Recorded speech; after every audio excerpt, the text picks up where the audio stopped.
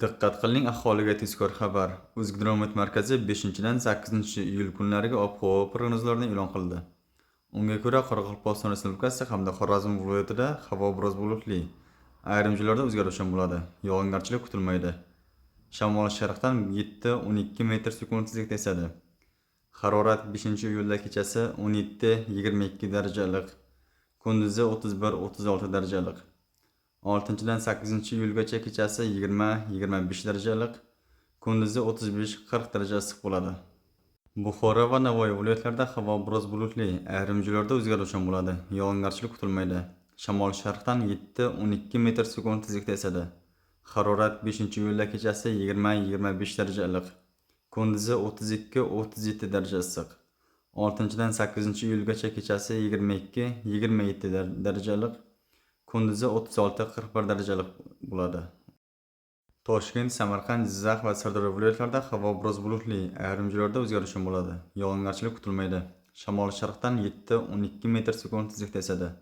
Harorat kechasi 5-iyulda 20-25 darajalik, 6-dan 8-iyulgacha 23-27 darajalik, kunduzi 5-7-iyul kunlari 33-38 darajalik, 8-iyulda 35-40 daraja issiq bo'ladi. Qashqadaryo va Surxondaryo viloyatlarida havo biroz bulutli, ayrim joylarda o'zgaruvchan bo'ladi. Yog'ingarchilik kutilmaydi. Shamol sharqdan 7-12 metr sekund tezlikda esadi.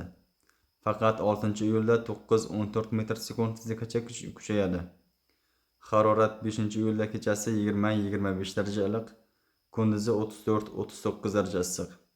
6-dan 8-iyulgacha kechasi 22-27 darajalik, kunduzi 38-43 daraja issiq bo'ladi. Andijon, Namangan hamda Farg'ona viloyatlarida havo biroz bulutli, ayrim joylarda o'zgaruvchan bo'ladi. Yog'ingarchilik kutilmaydi. Shamol sharqdan 5-10 metr sekund tezlikda esadi.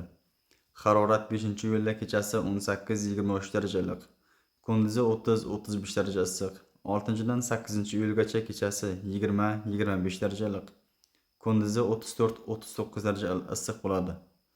Respublikaning tog'olli va tog'li hududlarida havo o'zgaruvchan bo'ladi. Yog'ingarchilik kutilmaydi. Shamol sharqdan 7-12 metr sekund tezlikda esadi.